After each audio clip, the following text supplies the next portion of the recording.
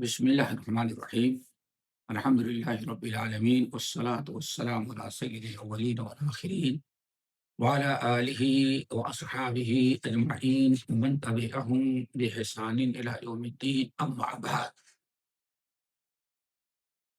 باب الدعاء الى شہادت ان لا الہ الا اللہ وقول اللہ عز وجل قل هذه سبیلی ادعو الى اللہ علی بصیرۃ انا ومن اتبعنی وسبحان اللہ وما انا من المشرکین۔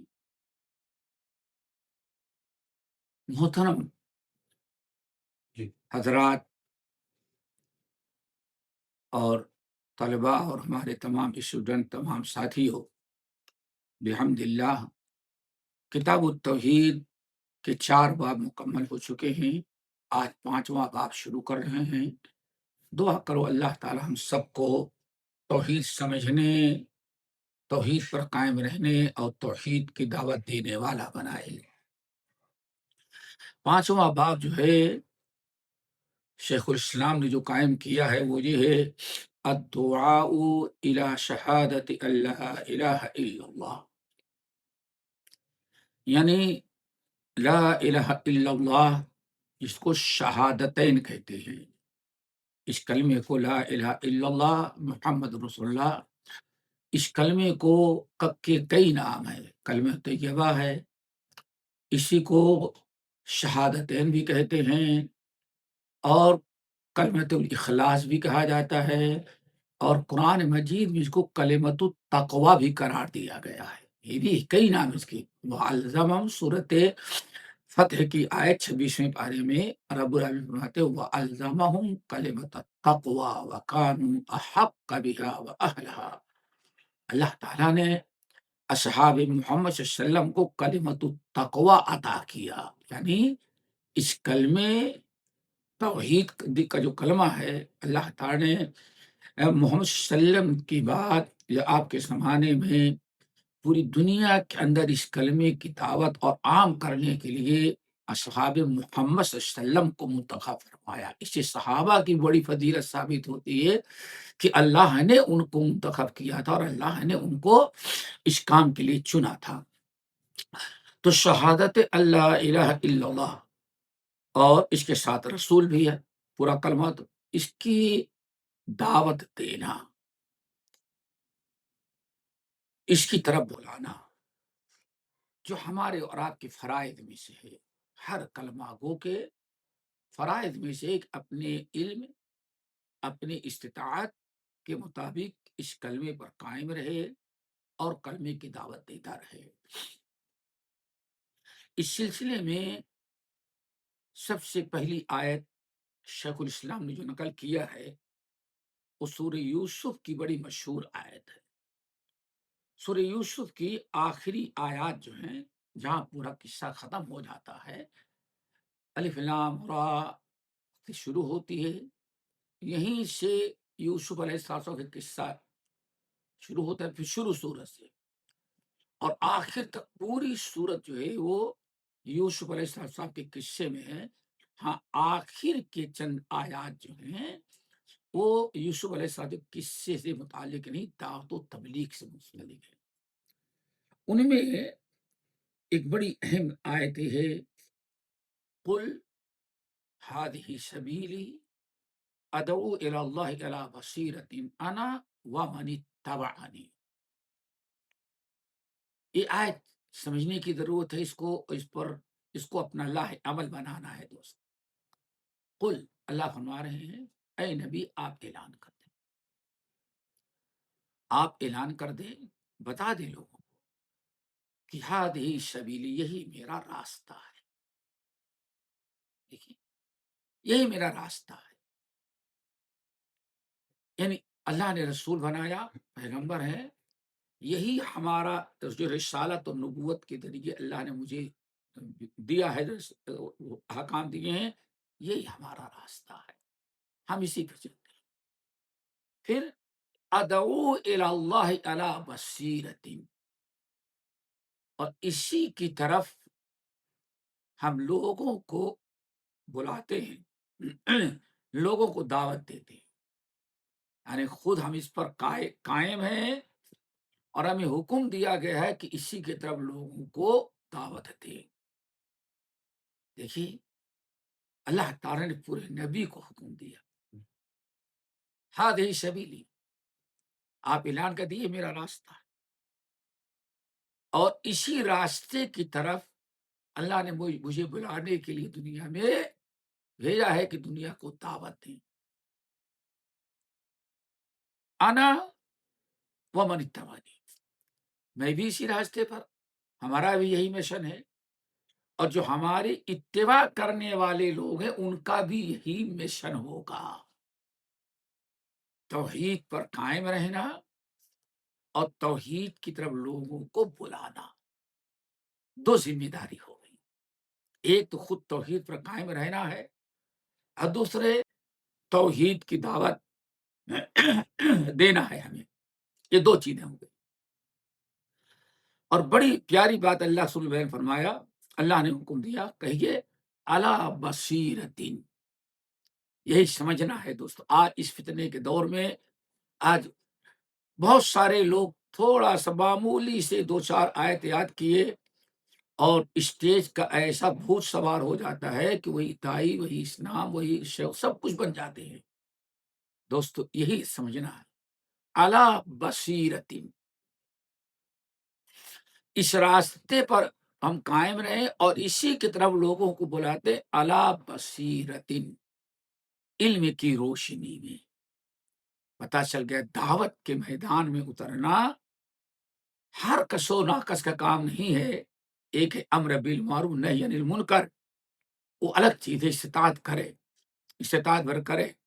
ایک ہے دعوت اسلام کی، انبیاء کے طریقے کی، کتاب و سنت کی دعوت دینا۔ اس کے لیے سب سے پہلی شرط اللہ نے کیا رکھی؟ کہیے علی بصیرتن، علم، حکمت اور بصیرت کی روشنی میں۔ یہ ہو گئی نبی علیہ السلام کا فرمان۔ اللہ تعالیٰ حکم دے رہے، اے نبی ان سے کہیے یہ میرا راستہ ہے، اسی پر ہم عمل کرتے ہیں اور اسی کی طرف لوگوں کو بلاتے ہیں، ہوا میں نہیں بلکہ اعلیٰ بصیرتن، علم حکمت کی روشنی میں۔ یہ دعوت بھی دیتے ہیں، عمل بھی کرتے ہیں، اور ہماری دعوت اور ہمارا عمل جو ہے علم کی روشنی میں۔ یہاں بات کر آگے، وَمَنِ اتَّبَعَنِی، اور جو ہمارے اصل اتباع کرنے والے امتی ہیں ان کا بھی یہی طریقہ ہوگا، یہی ان کا بھی طریقہ۔ وَمَنِ اتَّبَعَنِی، اور جو میری اتباع کرنے والے ہیں وہ بھی اس توحید پر قائم رہیں گے، علم کی روشنی میں وہ بھی لوگوں کو دعوت دیتے رہیں گے۔ یہ دو چیزیں ہوں گی، دعوت ہے اور دعوت علم کی روشنی میں ہونی چاہیے۔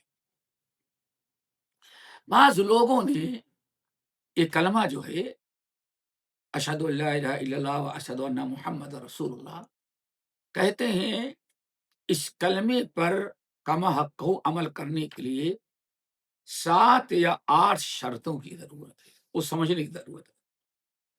ان کو کہتے ہیں شروط کلمہ۔